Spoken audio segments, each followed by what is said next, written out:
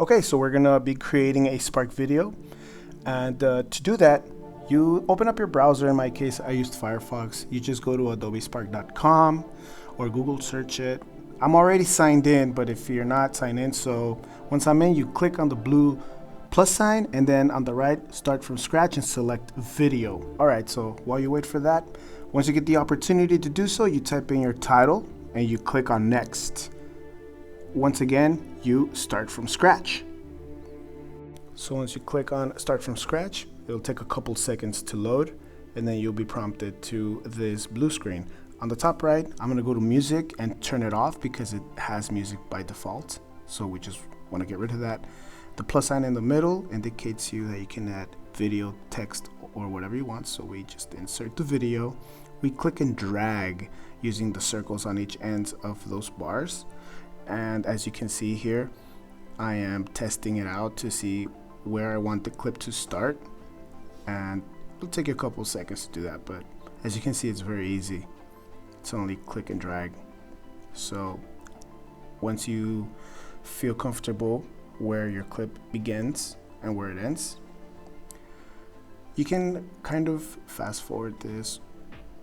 This is the only area where you're gonna take a little time, just because you want to make sure it's clear.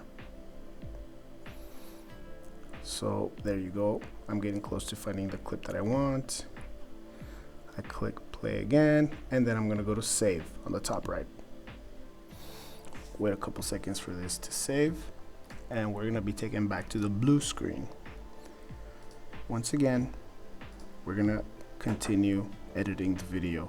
Keep in mind that Adobe Spark allows you to edit 15 seconds at a time. So I imported the same video, but now I'm going to capture another 15-second section, and I'm looking for the perfect place to start recording it.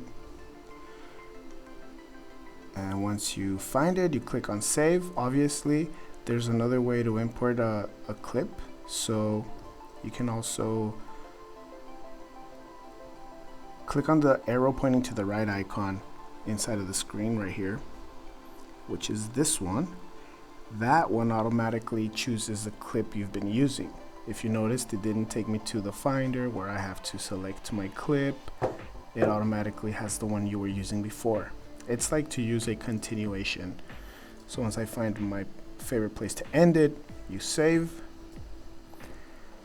Give it a couple seconds. So we're going to be back on the recording or editing section. This time we're going to select text, and this will give you the option to type in whatever title you want.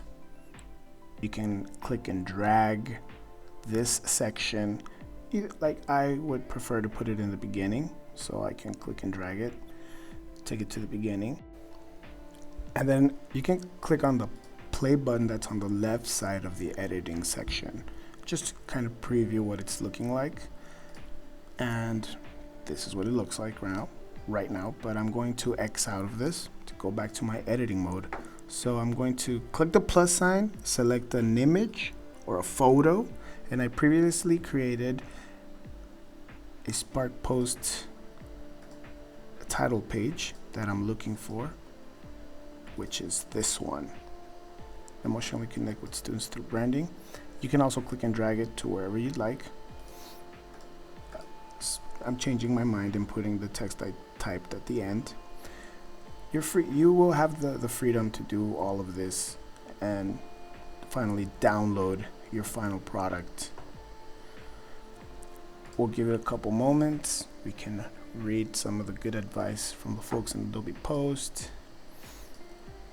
We're gonna select save the file rather than open it in QuickTime. I'm just gonna keep looking at my download process till it's complete.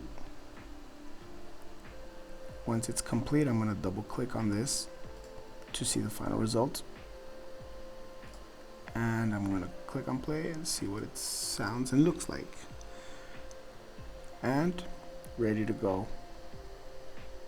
And I hope you enjoyed this video. Thank you so much for watching.